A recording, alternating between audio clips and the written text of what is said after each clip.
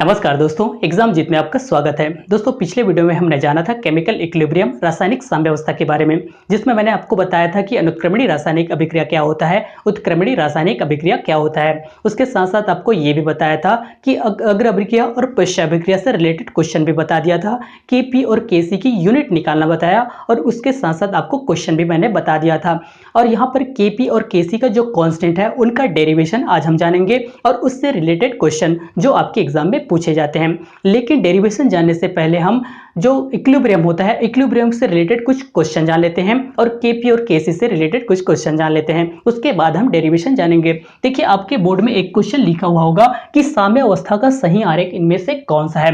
पहला ऑप्शन दिया है, पहला ग्राफ दिया है आपको ए पर साम्य है। ऑप्शन दूसरा दिया है ये भी ए पर साम्य है और ऑप्शन तीसरा दिया है ए और बी दोनों सही हैं और चौथा ऑप्शन दिया है इनमें से कोई सही नहीं है।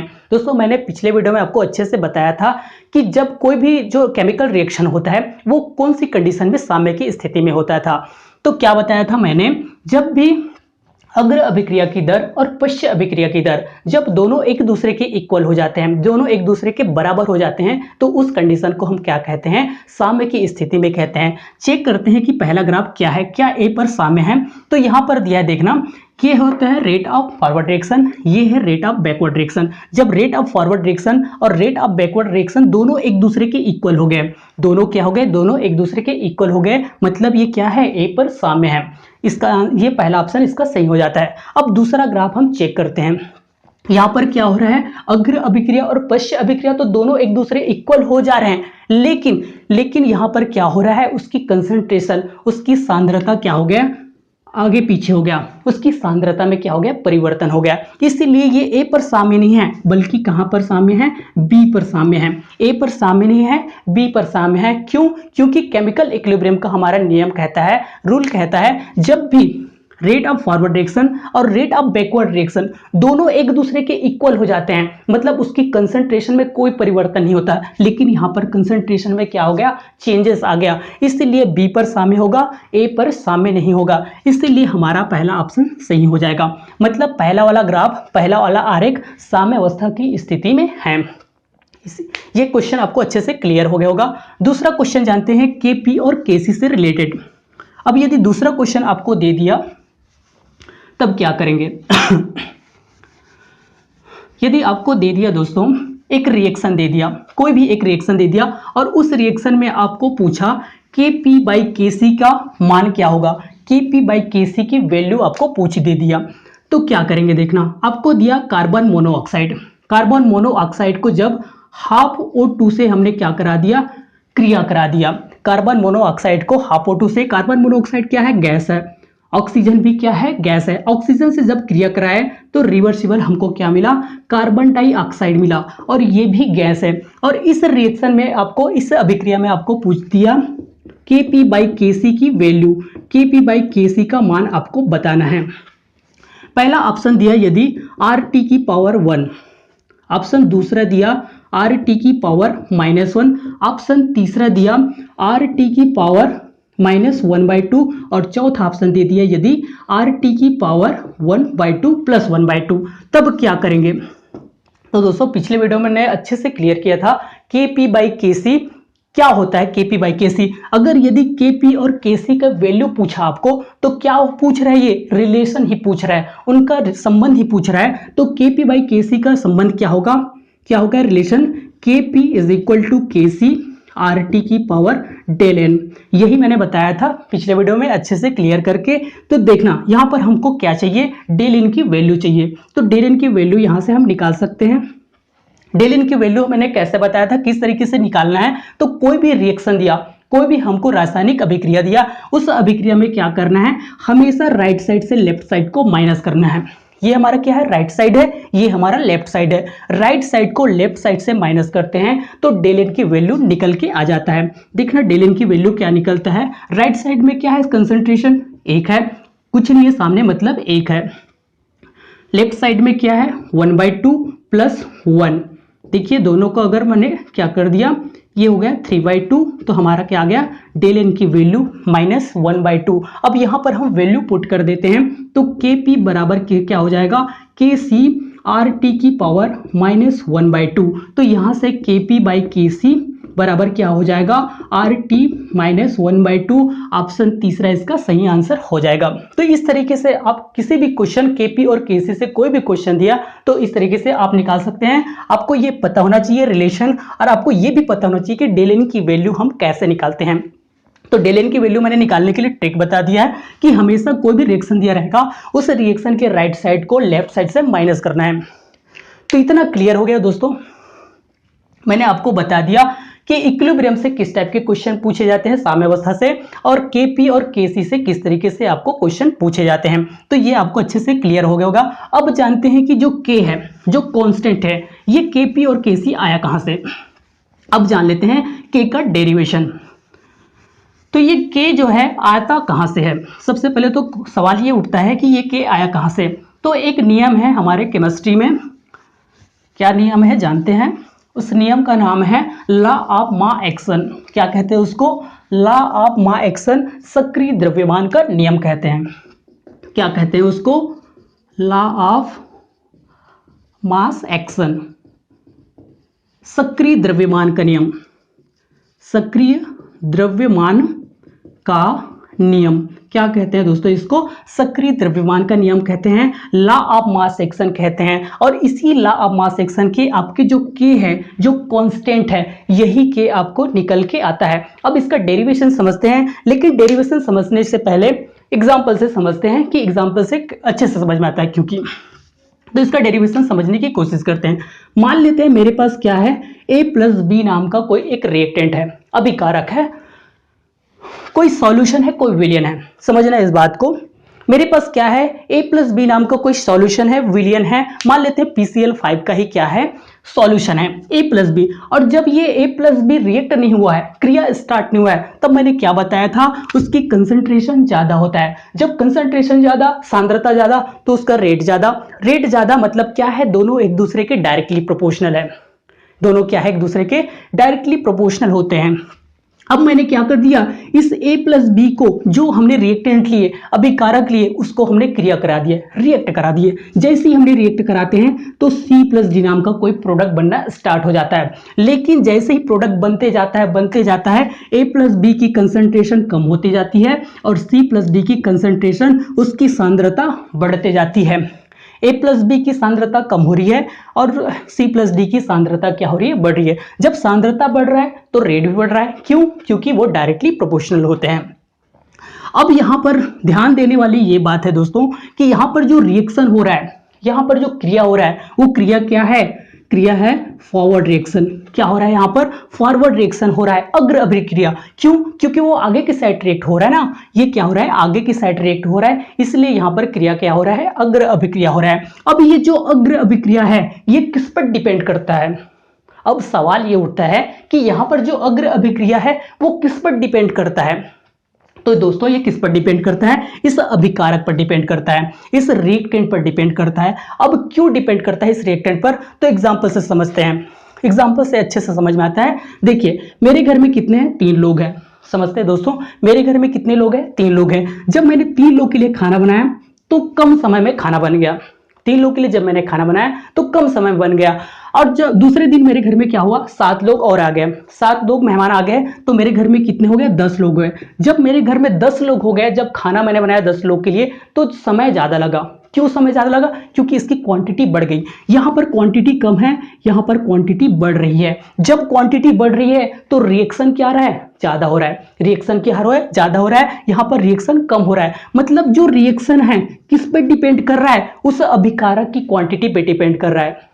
जो रिएक्शन है वो रिएक्शन किस पर डिपेंड कर रहा है, उस अभिकारक की क्वांटिटी पे डिपेंड कर रहा है, मात्रा पे डिपेंड कर रहा है। तो सेम कंडीशन यहां पर जो रिएक्टेंट है, सॉरी यहां पर जो है रेट है, अभिक्रिया का रेट है, वो किस पर डिपेंड कर रहा है, इस रिएक्टेंट पे डिपेंड कर रहा है, इस अभिकारक पर डिपेंड करता है कि वो कितना स्पीड से काम करेगा। Same condition. और इससे पहले मैंने आपको अच्छे से बताया था कि कोई क्या है, रेट है, दर है, वो दर किसके समानुपाती होता है, इसके कंसंट्रेशन के। तो यहां पर हो क्या रहा है रेट ऑफ फॉरवर्ड रिएक्शन हो क्या रहा है, ये किस पे डिपेंड कर रहा है, इस अभिकारक पे डिपेंड कर रहा है ना, इस अभिकारक की सांद्रता पे डिपेंड कर रहा है, किसके, इस अभिकारक की सांद्रता पे। तो rate of forward reaction directly proportional है, यहां पर क्या है, rate of forward reaction directly proportional है किसके, कंसंट्रेशन ऑफ रिएक्टेंट के। क्या है दोस्तों, कंसंट्रेशन ऑफ रिएक्टेंट के डायरेक्टली प्रोपोर्शनल है। Rate of forward reaction directly proportional है इस कंसंट्रेशन के रिएक्टेंट के, अभिकारक के। तो रेट ऑफ फॉरवर्ड रिएक्शन लिख लेते हैं, क्या लिख लिया मैंने, A into B, A into B के डायरेक्टली प्रोपोर्शनल है। अगर मैंने इसके डेफिनेशन के बारे में बात किया, अब यदि मैंने इसके डेफिनेशन के बारे में बात किया तो किसी रासायनिक अभिक्रिया की दर, क्या होगा डेफिनेशन, किसी रासायनिक अभिक्रिया की दर उस अभिक्रिया में भाग लेने वाले, किसी रासायनिक अभिक्रिया की दर उस अभिक्रिया में भाग लेने वाले अभिकारकों के सांद्रता के गुणनफल के, ये डॉट प्रोडक्ट है, गुणनफल के समानुपाती होता है। ठीक है, ये आपका क्या है, इसका डेफिनेशन है। और मैंने यहां पर ये क्लोज ब्रैकेट, बड़ा वाली ब्रैकेट मैंने क्यों लिया, क्यों, क्योंकि जो कंसंट्रेशन होता है, सांद्रता होता है, उसको हमेशा क्लोज ब्रैकेट में रखा जाता है, बड़ी कोष्टक में रखा जाता है। अब यदि मैंने इसको हटाकर, इस प्रोपोर्शनल के साइन को हटाकर एक कांस्टेंट लगा दिया, क्या कांस्टेंट लगा दिया, KF, F किसको शो कर रहा है, फॉरवर्ड रिएक्शन को, तो KF मैंने कांस्टेंट लगा दिया, A और ये B है, इसको मैंने इक्वेशन फर्स्ट दे दिया। ठीक है दोस्तों, यहां तक आपको अच्छे से क्लियर हो गया होगा। अब मैंने क्या किया समझना, यहां तक के पहला क्या हो गया हमारा सॉरी, पहला हमारा क्लियर हो गया फॉरवर्ड रिएक्शन। अब मैंने क्या किया, जो हमको प्रोडक्ट मिला है, जो हमको C+D प्रोडक्ट मिला है, उस प्रोडक्ट को क्या कर दिया मैंने, फिर से रिएक्ट करा दिया, फिर से क्रिया कराया, तो वही चीज हमको मिल गया, क्या मिल गया, सॉरी A+B मिल गया, वही रिएक्टेंट, वही अभिकारक फिर से मिल जाता है। लेकिन यहां पर जो क्रिया हो रहा है, यहां पर जो रिएक्शन हो रहा है, कौन सा रिएक्शन है, बैकवर्ड रिएक्शन है। यहां पर रिएक्शन क्या है, बैकवर्ड रिएक्शन हो रहा है। क्यों, क्योंकि पीछे से वही चीज हमको मिल रहा है ना, वही रिएक्टेंट मिल रहा है जिसको हमने पहले यूज किया था, इसलिए इसको क्या कहते हैं, बैकवर्ड रिएक्शन कहा जाता है। अब सवाल ये उठता है कि ये बैकवर्ड रिएक्शन किस पर डिपेंड करेगा, ये जो बैकवर्ड रिएक्शन है, पश्च अभिक्रिया है, किस पर डिपेंड करेगा, तो इसी पर तो डिपेंड करेगा, C+D पर तो ही डिपेंड करेगा। क्यों, अगर C+D की कंसंट्रेशन बढ़ा दिया तो रिएक्शन ज्यादा हो जाएगा, C+D की कंसंट्रेशन कम कर दिया तो रिएक्शन कम हो जाएगा, क्या बैकवर्ड रिएक्शन कम हो जाएगा। तो देखना क्या होगा, रेट ऑफ बैकवर्ड रिएक्शन, ये रेट ऑफ बैकवर्ड रिएक्शन किसके डायरेक्टली प्रोपोर्शनल है, C इंटू डी के डायरेक्टली प्रोपोर्शनल है। अब मैंने रेट ऑफ बैकवर्ड रिएक्शन को प्रोपोर्शनल के साइन को हटाकर KB नाम का कोई कांस्टेंट लगा दिया, B किसको शो कर रहा है, बैकवर्ड रिएक्शन को, तो यहां पर क्या हो गया, C इंटू डी हमको मिल गया। इसको मैंने इक्वेशन सेकंड दे दिया, इसको मैंने क्या कर दिया भैया, इक्वेशन सेकंड दे दिया।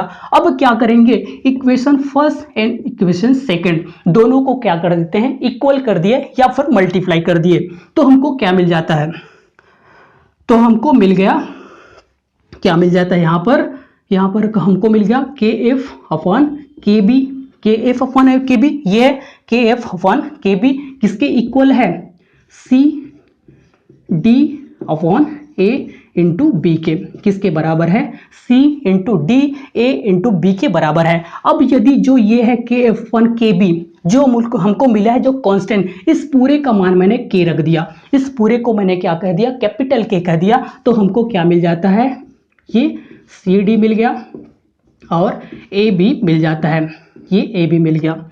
और इसी के कांस्टेंट को हम क्या कहते हैं, इक्विलिब्रियम कांस्टेंट कहते हैं। क्या कहते हैं भैया इसको, इक्विलिब्रियम कांस्टेंट या इसी को साम्य स्थिरांक कहते हैं, साम्य स्थिरांक कहा जाता है। और यहीं से आपको क्वेश्चन पूछा जाता है, पिछले 2 साल के क्वेश्चन उठा के देखना, 2016-17 का यहीं से आपको क्वेश्चन पूछा गया है। लेकिन हम यहां से क्वेश्चन तो करेंगे आज, लेकिन यहां से हम डिफरेंट टाइप के क्वेश्चन करेंगे, इस टाइप के क्वेश्चन करेंगे जो आपके प्रीवियस ईयर एग्जाम में पूछे गए हैं ACF में। लेकिन आज हम करने वाले हैं यहां से डिफरेंट टाइप के क्वेश्चन जो पूछने की संभावना ज्यादा हो जाता है। यहां तक आपको अच्छे से क्लियर हो गया होगा कि लॉ ऑफ मास एक्शन, सक्रिय द्रव्यमान का नियम से हमको क्या निकल के आ जाता है, ये कांस्टेंट निकल के आ जाता है। और इसी कांस्टेंट से क्या निकल गया, साम्य स्थिरांक, इसी कांस्टेंट को हम क्या कहते हैं, साम्य स्थिरांक कहते हैं, इक्विलिब्रियम कांस्टेंट कहते हैं। यहां तक आपको अच्छे से क्लियर हो गया होगा कि कंसंट्रेशन किसके डायरेक्टली प्रोपोर्शनल होते हैं, रेट ऑफ रिएक्शन के। कंसंट्रेशन किसके प्रोपोर्शनल होते हैं, रेट ऑफ रिएक्शन के डायरेक्टली प्रोपोर्शनल होते हैं। और ये किस पर डिपेंड करता है, तो उसकी सांद्रता, उसकी कंसंट्रेशन पर डिपेंड करता है कि वो कितना ज्यादा रिएक्ट करेगा, कितना ज्यादा वो क्रिया करेगा।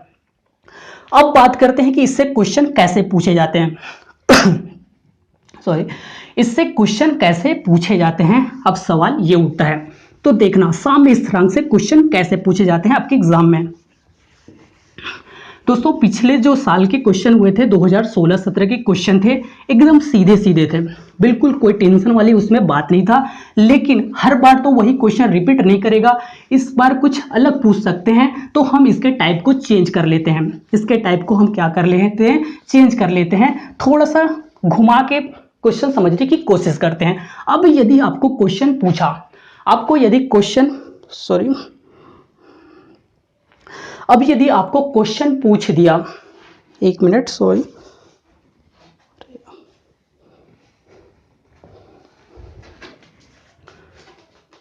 देखिए, अब यदि आपको क्वेश्चन पूछ दिया, क्या पूछा आपको, देखना, phosphorus pentachloride, phosphorus pentachloride gives PCl3 phosphorus trichloride plus chlorine gas, ये मिल जाता है। ये आपको रिएक्शन दे दिया क्वेश्चन में, ये रिएक्शन दिया और इस रिएक्शन में आपको पूछा कि साम्य स्थिरांक इक्विलिब्रियम कांस्टेंट का मान क्या होगा, इक्विलिब्रियम कांस्टेंट का मान क्या होगा। पिछले साल का क्वेश्चन पहले बताता हूं, उसके बाद इसके टाइप हम चेंज कर देंगे। आपको क्वेश्चन दिया PCl5 phosphorus pentachloride gives PCl3 phosphorus trichloride और क्लोरीन गैस। यहां से आपको इक्विलिब्रियम कांस्टेंट पूछ दिया, के का मान पूछ दिया।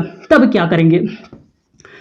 क्या करेंगे दोस्तों, कुछ नहीं करना है, आपको तो पता है कि क्या होता है, कुछ नहीं करना है। क्या करना है, आपको हमेशा जो भी रिएक्शन दिया रहेगा, जो भी हमको रासायनिक अभिक्रिया दिया रहेगा, उस रासायनिक अभिक्रिया के लेफ्ट साइड को, ये हमारा क्या है, लेफ्ट साइड, तो लेफ्ट साइड को हम क्या कर देंगे, नीचे कर देंगे, और राइट साइड को हमेशा ऊपर लिख देंगे। लेफ्ट साइड को नीचे, राइट साइड को ऊपर रख देंगे, तो हमारा इक्विलिब्रियम कांस्टेंट साम्य स्थिरांक निकल के आ जाएगा। कैसे होगा देखना, PCl5 नीचे रख दिए, PCl5 फास्फोरस पेंटाक्लोराइड नीचे रख दिए, क्यों, क्योंकि लेफ्ट साइड के हैं। और हमने क्या कर दिया, PCl3 फास्फोरस ट्राइक्लोराइड और क्लोरीन गैस, ये होता है क्लोरीन गैस। तो ये हमारा क्या है, साम्य स्थिरांक है। यही क्वेश्चन आपको पिछले साल पूछा था, लेकिन ये क्वेश्चन रिपीट नहीं करेगा। हम क्या करते हैं, इसके टाइप को चेंज कर देते हैं, थोड़ा सा टफ कर देते हैं इसी को। देखना, अब दूसरा क्वेश्चन यहीं से पूछा, यहां तक आपको क्लियर हो गया होगा कि कोई भी जो इक्वेशन दिया रहेगा, उस इक्वेशन के लेफ्ट साइड को नीचे, राइट साइड को ऊपर, तो हमारा इक्विलिब्रियम कांस्टेंट साम्य स्थिरांक निकल के आ जाएगा। दूसरा क्वेश्चन देखते हैं इसी टाइप का यदि आपको दूसरा क्वेश्चन दे दिया तब क्या करेंगे। देखना, यदि आपको दूसरा क्वेश्चन इसी में से दे दिया, देखना, हाइड्रोजन गैस को जब क्लोरीन गैस की क्रिया कराए, हाइड्रोजन गैस को जब क्लोरीन गैस से क्रिया करा देते हैं, तो क्या मिल जाता है, 2HCl हाइड्रोक्लोरिक अम्ल मिल गया। ठीक है, यहां मिल गया। और आपको पूछ दिया कि साम्य स्थिरांक पूछ दिया, तो क्या करेंगे, आपको कुछ नहीं करना है, लेफ्ट साइड को नीचे करना है। क्या है, लेफ्ट साइड नीचे हो गया, लेफ्ट साइड नीचे कर दिया, और राइट साइड को क्या करना है, ऊपर करना है। लेकिन राइट साइड की सांद्रता सामने क्या है, 2 है, 2 किसको शो कर रहा है, उसकी कंसंट्रेशन को शो कर रहा है। तो क्या करेंगे, HCl की पावर 2, हमेशा उसके कंसंट्रेशन को पावर में लिखा जाता है, मतलब जो सामने है उसी को हम घात में कर देंगे, उसके पावर में कर देंगे, तो हमारा K की वैल्यू निकल के आ जाएगा, साम्य स्थिरांक निकल के आ जाएगा। और यही क्वेश्चन आपके एग्जाम में पूछा था 2016-17 में, लेकिन इस टाइम ऐसा नहीं पूछेगा। तो इस टाइम पूछेगा कैसे, इस टाइम किस तरीके से क्वेश्चन पूछा जा सकता है यहां से, तो देखना। अब यदि क्वेश्चन दिया आपको, यदि क्वेश्चन दे देते हैं आपको P4, यदि क्वेश्चन दे दिया P4 plus 5O2, P4 plus 5O2 gives reversible, क्या दे दिया, P4O10, क्या दे दिया, P4O10 दे दिया। P4 plus 5O2 gives P4O10 आपको क्वेश्चन दे दिया, एक इक्वेशन दे दिया, रासायनिक समीकरण दे दिया। और यहां पर आपको पूछा क्या, Kc की वैल्यू,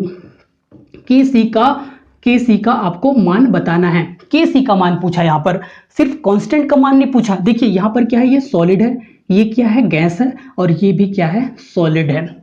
अब यदि ये ऑप्शन दे दिया, देखना ऑप्शन यदि दे दिया, यहां से क्या दिया, Kc is equal to O2 की पावर 5, ऑप्शन पहला। ऑप्शन दूसरा दे दिया, Kc इज इक्वल टू क्या दे दिया, P4O10, और नीचे दे दिया क्या, O2 की पावर 5, और क्या दे दिया, P4 दे दिया। ऑप्शन तीसरा दे दिया, चलो यहीं से आपको तीसरा ऑप्शन दे दिया, Kc इज इक्वल टू यहां पर P4O10 O2, और क्या दे दिया P4 यहां पर 2 दे दिया, और चौथा ऑप्शन दिया NOTA, none of this above, इनमें से कोई नहीं। अब इसका सॉल्यूशन क्या होगा, इसका सॉल्यूशन क्या होगा, इनमें से कौन सा ऑप्शन सही होगा। तो दोस्तों कुछ नहीं करना है, आपको Kc की वैल्यू निकालना है। Kc की वैल्यू कैसे निकालते हैं, और Kc होता किसके लिए होता है, Kc किसके लिए होता है, लिक्विड वाले रिएक्शन के लिए होता था ना Kc। लेकिन जब भी हम केमिकल इक्विलिब्रियम, रासायनिक साम्यावस्था से Kc और Kp की यूनिट निकालते हैं, या फिर साम्य स्थिरांक निकालते हैं, तो यहाँ पर जो सॉलिड होता है, यहाँ पर जो ठोस होता है, उस ठोस का जो होता है कंसंट्रेशन, उस ठोस का कंसंट्रेशन क्या होता है, 0 के बराबर, सॉरी कांस्टेंट होता है। उस ठोस का कंसंट्रेशन क्या होता है, कांस्टेंट होता है। क्यों, क्योंकि ठोस का एक्टिव मास क्या होता है दोस्तों, 0 के बराबर होता है। ठोस का एक्टिव मास क्या होता है, 0 के बराबर होता है। इसलिए इसकी कंसंट्रेशन, इसकी सांद्रता को हम कांस्टेंट मान लेते हैं। हम इसकी सांद्रता को जब कांस्टेंट मान लिए, इसकी वैल्यू हमने 1 मान लिया, तब क्या होगा, तब Kc की वैल्यू हम कैसे निकालेंगे, तब क्या होगा, देखिए ये भी सॉलिड है, ये भी सॉलिड है। जब दोनों सॉलिड हैं तब क्या कर लिए हमने, दोनों को क्या मान लिए हमने, 1 मान लिए। एक सेकेंड, दोनों को क्या कर लिए हमने, 1 ले लिया, एक एक ले लिया। तब क्या होगा, तब क्या करेंगे, ये हो गया, ये तो कुछ नहीं है, मतलब 1/O2 की पावर 5, 1/O2 की पावर 5, यही हमारा आंसर हो जाएगा। मतलब पहला ऑप्शन इसका सही आंसर हो जाएगा। क्यों, क्योंकि हमको सॉलिड की वैल्यू 1 हो गया। क्यों हो गया, मैंने आपको अच्छे से बता दिया है कि इक्विलिब्रियम कांस्टेंट जो होता है उसमें क्या होता है, जो सॉलिड होता है इक्विलिब्रियम रिएक्शन में, जो सॉलिड होता है उसका एक्टिव मास क्या होता है, लगभग 0 के बराबर होता है। इसलिए इसकी सांद्रता, इसकी कंसंट्रेशन को क्या मान लिया जाता है, कांस्टेंट मान लिया जाता है, अचर मान लिया जाता है। इसलिए इसकी वैल्यू हमने 1 मान लिया, और यहां से हमारा आंसर निकल के क्या आ गया, Kc is equal to 1/O2 की पावर 5। यहां पर ये आंसर नहीं होगा। जब Kc का मान पूछा तब की कंडीशन में है। इसी टाइप का दूसरा क्वेश्चन देखते हैं। यहां से आपको अच्छे से समझ में हो गया कि मैंने सॉलिड को क्यों लिया। एक्टिव मास, सक्रिय द्रव्यमान, एक्टिव मास सक्रिय द्रव्यमान क्या होता है, 0 के बराबर, इसलिए इसके कंसंट्रेशन लगभग कांस्टेंट वैल्यू ले लिया जाता है। तो ये आपको समझ में आ गया होगा कि Kc का मान यहां से हम कैसे निकालते हैं। ठीक है, और इस टाइप के क्वेश्चन आपके एग्जाम में पूछे जा सकते हैं, थोड़ा सा घुमाकर। यहां कर आपको थोड़ा सा लगा होगा कि थोड़ा टफ था, थोड़ा टफ नहीं था, सरल ही था। अब यदि क्वेश्चन पूछ दिया कैल्शियम कार्बोनेट, कैल्शियम कार्बोनेट को हमने क्रिया कराया तो कैल्शियम ऑक्साइड और कार्बन डाइऑक्साइड मिला। क्या मिला भैया हमको, कैल्शियम कार्बोनेट को हमने क्रिया कराया। कैल्शियम कार्बोनेट क्या है, सॉलिड है। कैल्शियम ऑक्साइड क्या है, सॉलिड है, लेकिन कार्बन डाइऑक्साइड क्या है, गैस है। और इस रिएक्शन में यदि आपको पूछ दिया Kc एंड Kp का मान आपको बताना है, और इसके साथ साथ आपको इसके यूनिट भी बताना है। क्या पूछ दिया आपको, Kc और Kp की वैल्यू पूछा और उसका यूनिट भी पूछ दिया, तब क्या करेंगे, यहां पर देखना, समझने की कोशिश करना। यहां पर भी सॉलिड है, यहां पर भी सॉलिड है, और सॉलिड क्या होता है, एक्टिव मास लगभग 0 के बराबर, मतलब उसकी कंसंट्रेशन को हमने क्या मान लिया, कांस्टेंट मान लिया। तो यहां पर Kc की वैल्यू क्या होगा, ये 1 हो गया, ये भी 1, मतलब ये क्या हो जाएगा, ये कहां पर आता है, हमेशा राइट साइड ऊपर आता है। तो कार्बन डाइऑक्साइड 1, क्यों कि उसके सामने में कुछ नहीं है, मतलब 1 है, उसकी कंसंट्रेशन 1 मान लिया। अब यदि इसकी यूनिट क्या होगा, इसकी यूनिट क्या होगा? तो क्या हो रहा है यहाँ पर, जो सॉलिड है, सॉलिड किसके साथ साम्य में है? सॉलिड किसके साथ साम्य है? गैस के साथ साम्य है। सॉलिड गैस के साथ साम्य में है, मतलब इसकी यूनिट क्या हो जाएगा? मोल प्रति लीटर की पावर 1, मोल प्रति लीटर की पावर 1 या मोल लीटर इनवर्स की पावर 1 हो जाएगा केसी की यूनिट। ठीक है, अब यदि हमने केपी की वैल्यू पूछा तो केपी की वैल्यू यहां से हम कैसे निकाल सकते हैं? केपी की वैल्यू यहां से हम कैसे निकाल सकते हैं? तो केपी होता किसके लिए है? तो केपी होता है गैसीय वाले रिएक्शन के लिए, होता है प्रेशर, पार्शियल प्रेशर। तो यहां पर हो क्या रहा है? पार्शियल प्रेशर के लिए है, आंशिक दाब के लिए है, इसलिए हमको क्या कर लिए? आंशिक दाब लिख लिए, पी लिख लिए, और कार्बन डाइऑक्साइड। केपी किसके लिए है? पार्शियल प्रेशर, आंशिक दाब, कार्बन डाइऑक्साइड की पावर 1, कुछ नहीं है, मतलब 1 है। ठीक है, और इसकी यूनिट क्या हो जाएगा? हमको पता है एटीएम क्या होता है?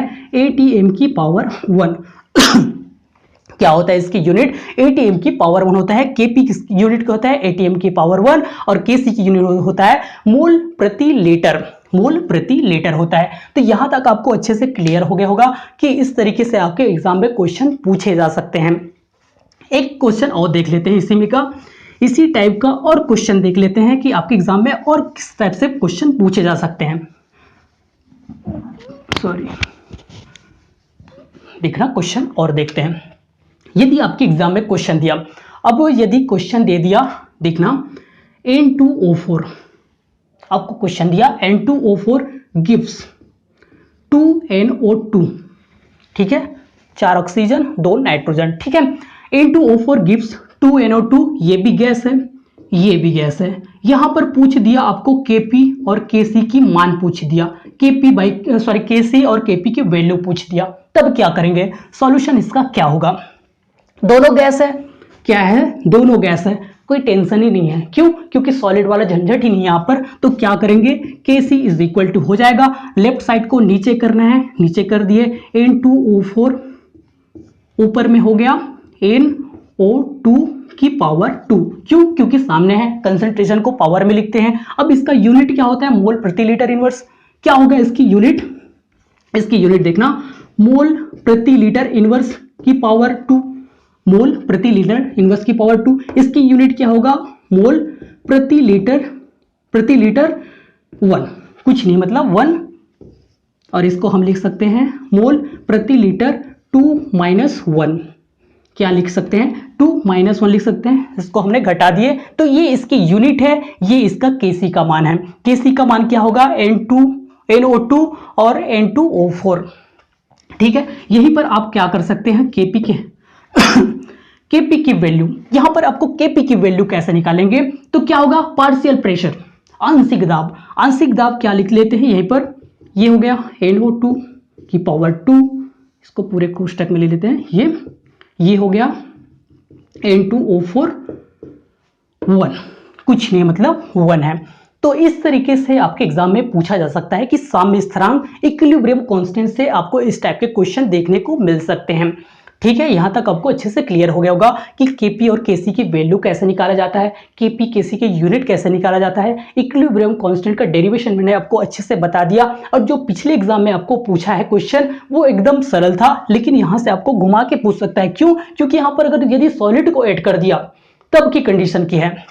अब चलो एक क्वेश्चन और कर लेते हैं, एक क्वेश्चन और बताता हूं आपको, इसका आंसर करने की कोशिश करना। देखिए, एक क्वेश्चन और बता देता हूं आपको, आंसर करने की कोशिश करना। यदि दे दिया पानी, इसको दे दिया सपोज लिक्विड में, ठीक है, इसको दे दिया आपको लिक्विड में, गिफ्ट दे दिया, फिर पानी दे दिया, इसको दे दिया आपको गैस में। ये लिक्विड में है, ये गैस में है, और यहां से आपको ऑप्शन दिया, ये होता है रासायनिक साम्यावस्था है। ऑप्शन दूसरा दिया भौतिक साम्यावस्था है। ऑप्शन तीसरा दिया साम्यावस्था नहीं है, और चौथा ऑप्शन दिया NOTA, none of this above, इनमें से कोई नहीं। तो इनमें से कौन सा ऑप्शन सही होगा? क्वेश्चन पूछा, आपको दे दिया H2O गिव्स, H2O एक लिक्विड है, दूसरा गैस है, तो इनमें से कौन सा ऑप्शन सही होगा?